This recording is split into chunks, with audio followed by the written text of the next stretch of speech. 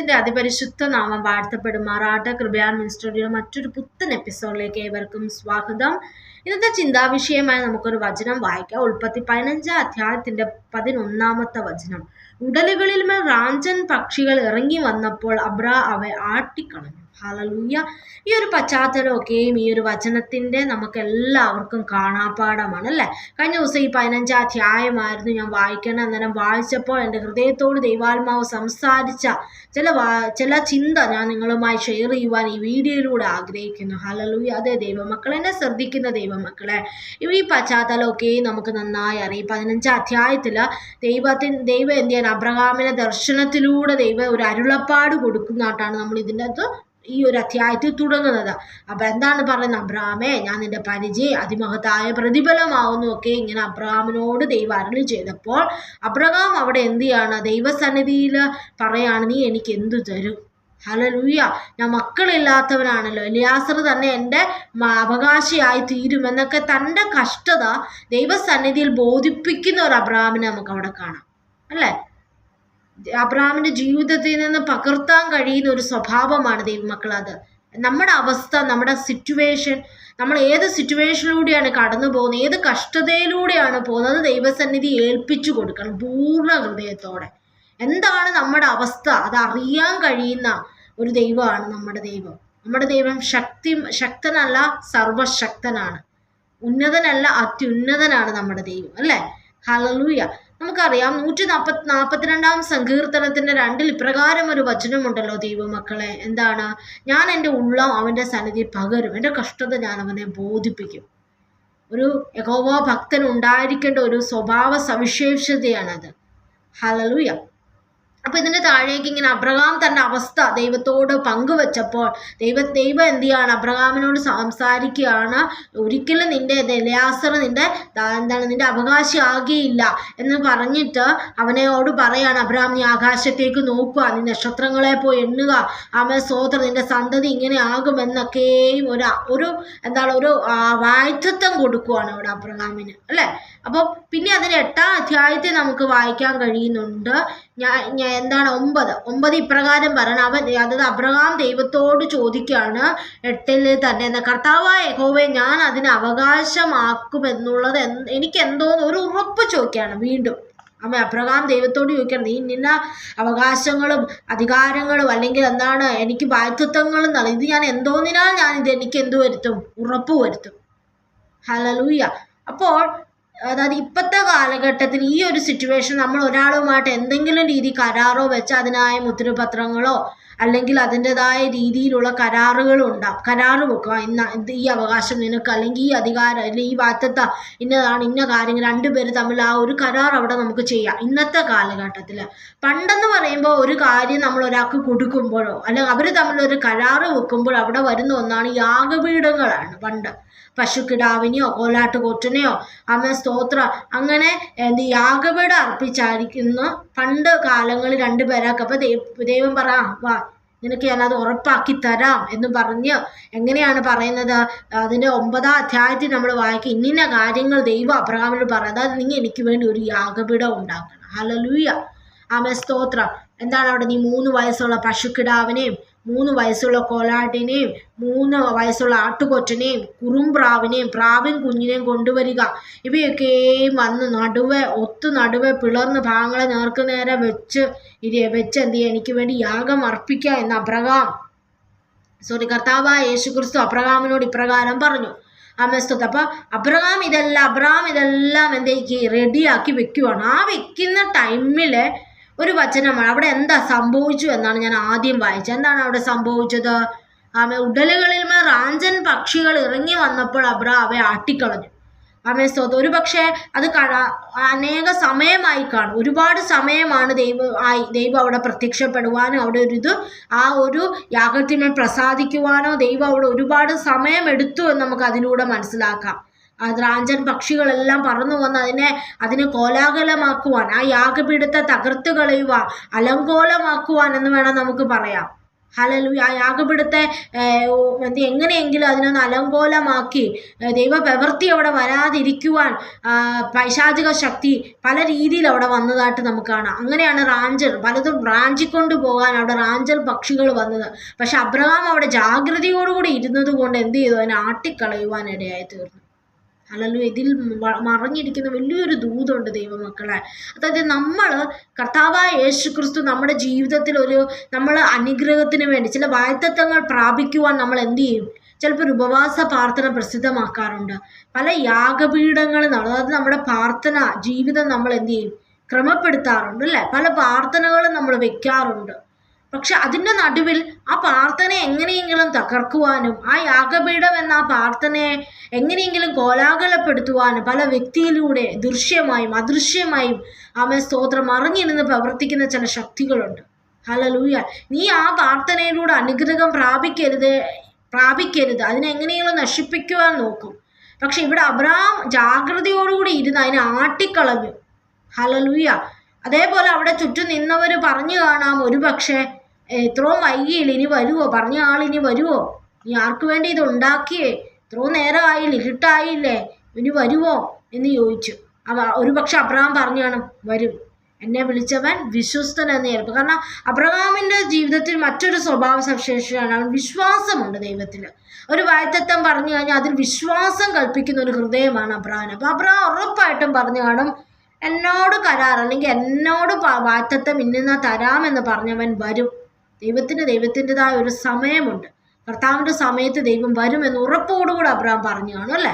താഴേക്ക് നമ്മൾ വായിക്കുമ്പോൾ അറിയാം, ഇരുട്ടായ ശേഷമാണ്, അതായത് അപ്പോൾ ഒത്തിരി നേരമായി അല്ലേ? അതേ ദൈവമക്കളെ, എന്നെ കേൾക്കുന്ന സുഹൃത്തെ, നീ ചിലപ്പോൾ ഒരുപാട് ടൈമിൽ നീ പ്രാർത്ഥനയ്ക്ക് പോയിട്ടുണ്ടാകും, ഒരുപാട് പ്രാർത്ഥനകൾ നീ അറ്റൻഡ് ചെയ്തിട്ടുണ്ടായിരിക്കാം അല്ലേ? അപ്പം ചുറ്റുമുള്ളവർ നിന്റെ വിഷയത്തിനോ നിന്റെ കാര്യാദികൾക്കോ ഒരു മാറ്റവുമില്ല, നീ എന്തോ പഴയതുപോലെ തന്നെ ആണ്.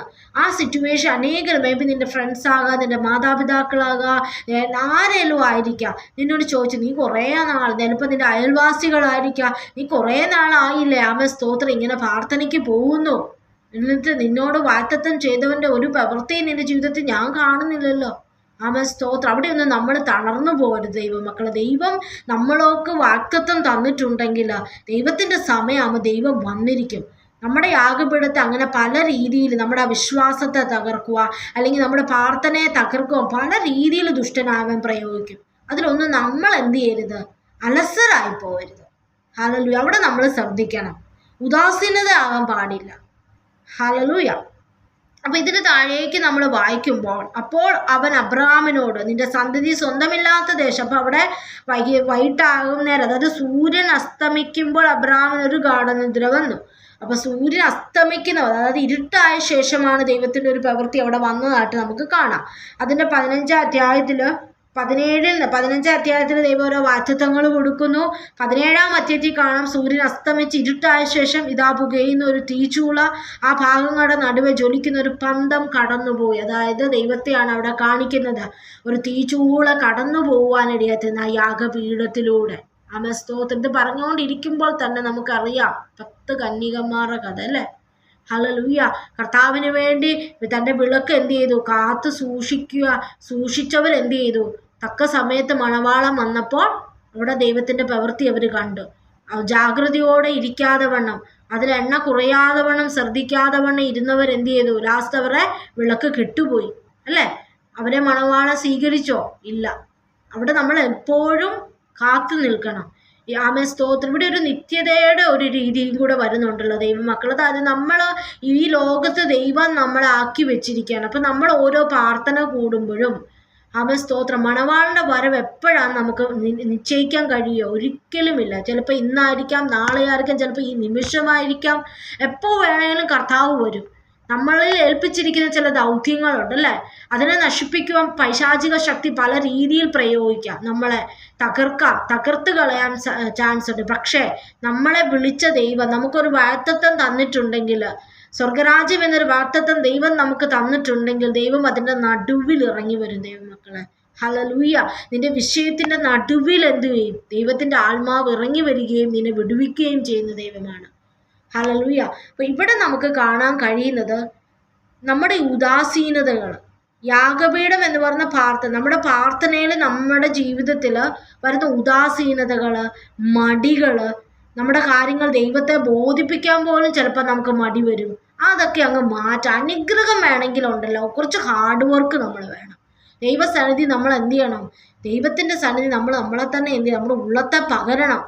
അപ്പം ഹല്ലേലൂയ. പലരും ഇങ്ങനെ പറഞ്ഞിട്ടുണ്ട്, ഞാൻ 25 വർഷമായി ഇതിനൊക്കെ ചില വിഷയത്തിന് വേണ്ടി പ്രാർത്ഥിക്കുന്നു, ഹല്ലേലൂയ, ഇതുവരെ എനിക്ക് മറുപടിയില്ല. എത്ര ആരാധനകൾ ഞാൻ മുടക്കാതെ പോയിട്ടുണ്ട്, എന്നിട്ടും എനിക്കൊരു അനുഗ്രഹം പ്രാപിക്കാമല്ലോ. പക്ഷെ അവരോട് എനിക്ക് ഇതൊന്നേ ചോദിക്കാവുള്ളൂ, ഈ 25 വർഷത്തിൽ എത്ര ദിവസം നിങ്ങൾ പൂർണ്ണ ഹൃദയത്തോടെ ദൈവസന്നിധിയിലായിട്ടുണ്ട്? ജാഗ്രതയോടുകൂടെ ആയിട്ടുണ്ട്? ആരുടെ മുമ്പിൽ ഇരിക്കുന്ന ബോധ്യത്തോടുകൂടെ ആയിട്ടുണ്ട്? അവിടെയാണ് ദൈവമക്കളുടെ പ്രാധാന്യം. എണ്ണത്തിലോ അല്ലെങ്കിൽ ഇത്ര മണിക്കൂർ പ്രാർത്ഥിക്കുന്നതിലോ ഒന്നുമല്ല. ഒരു അര മിനിറ്റ് അല്ലെങ്കിൽ ഒരു ഒറ്റ സെക്കൻഡ് ആയിക്കൊള്ളട്ടെ, ദൈവസന്നിധി നിന്റെ ഹൃദയം എപ്രകാരമാണ് അതാണ് ദൈവം ആഗ്രഹിക്കുന്നത്. അവിടെയാണ് ദൈവപ്രസാദം നമുക്ക് ലഭിക്കുന്നത്. ഹല്ലേലൂയ. ഇവിടെ അബ്രഹാം ചിലപ്പോൾ ക്ഷീണിച്ചു പോയിട്ടുണ്ടാകും. ആ യാഗപീഠം എല്ലാം ചിലപ്പോൾ നമുക്ക് ഒന്ന് ഊഹിക്കാം. ഒരു 10 മണി അല്ലെങ്കിൽ 11 മണിക്കൊക്കെ റെഡിയാക്കി, അതായത് ഇരുണ്ട് സൂര്യൻ അസ്തമിച്ച് കഴിഞ്ഞ ശേഷമാണ് കർത്താവ് അതിൻ്റെ നടുവിലൂടെ ഇറങ്ങി വന്നത് അല്ലേ.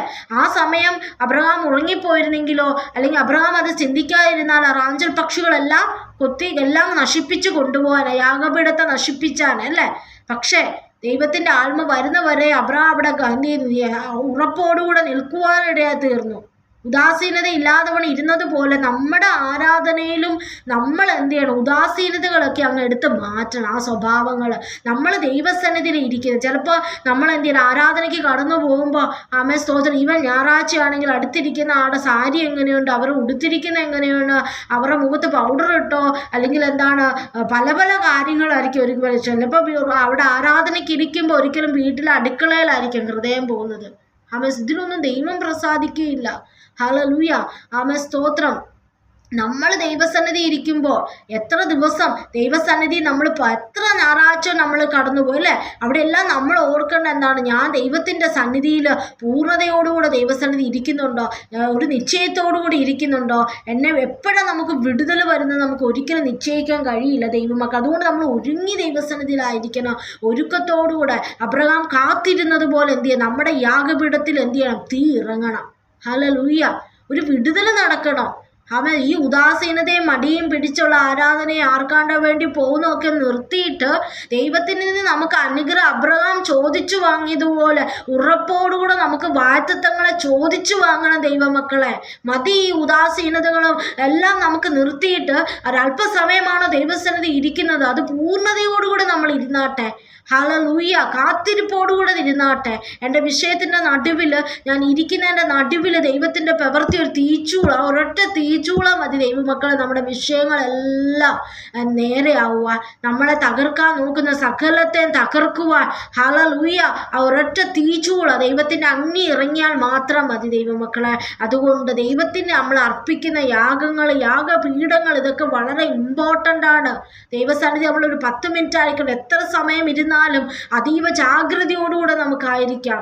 ദുഷ്ടനായവൻ അതിൽ നിന്ന് നമ്മൾ നന്മ അനുഭവിക്കാതിരിക്കാൻ പലതും റാഞ്ചിക്കൊണ്ടു പോകാനും പല രീതിയിൽ നമ്മുടെ അടുക്ക വരാം. അത് തിരിച്ചറിയുക. ചിലപ്പോൾ ഉറക്കമായിട്ടായിരിക്കാം വരുന്നത്. ഞായറാഴ്ച പോയി ഇരുന്ന് ആരാധിക്കുമ്പോഴായിരിക്കും എല്ലാ ദിവസവും ഇല്ലാത്ത ക്ഷീണവും ഉറക്കവും കൊണ്ടിരുന്നത്. അതൊക്കെ മനസ്സിലാക്കുക. ദുഷ്ടൻ പല രീതിയിൽ നമ്മുടെ അനുഗ്രഹം ഒരു ആരാധനയിലുണ്ട് ദൈവമക്കളെ. നമുക്കുള്ളത് എല്ലാം ഒരു വിശുദ്ധിയോടുകൂടെ ആത്മാവോടും ശക്തിയോടും കൂടെ ആരാധിച്ചുണ്ടല്ലോ നിനക്ക് വിടുതൽ ഉറപ്പാണ്. അപ്പം എന്നെ കേൾക്കുന്ന ദൈവമക്കളെ, ഇന്ന് വരെ നിന്റെ ജീവിതത്തിൽ നീ വേണ്ടത്ര ഇമ്പോർട്ടൻസ് നിന്റെ ആരാധനയ്ക്ക് കൊടുത്തിട്ടില്ലെങ്കിൽ, ദൈവസന്നിധി അർപ്പിക്കുന്ന ഒരു സ്തോത്രത്തിന് നീ കൊടുത്തിട്ടില്ലെങ്കിൽ, അതിന് ഏറ്റവും വലിയ വില നമ്മൾ കൊടുക്കേണ്ടി വരും. ആമേ സ്തോത്ര. വിശുദ്ധിയോടുകൂടെ, ആ ഒരു നിശ്ചയത്തോടുകൂടെ, ആ ഉദാസീനതകളെല്ലാം മാറ്റി ദൈവസന്നിധി വെക്കുന്ന യാഗപീഠം പ്രാർത്ഥന, അത് ഏറ്റവും പ്രസാദകരമായി ദൈവത്തിന് ഇറങ്ങി വരാൻ കഴിയുന്ന രീതിയിൽ, പരിശുദ്ധാത്മാവിന് പ്രവർത്തിക്കുവാൻ കഴിയുന്ന രീതിയിലായി തീരട്ടെ ദൈവമക്കളെ. അതുകൊണ്ട് ഈ വചനങ്ങൾ ആ ദൈവം നമ്മളെ ഓരോരുത്തരെ അനുഗ്രഹിക്കുമാറാകട്ടെ. God bless you.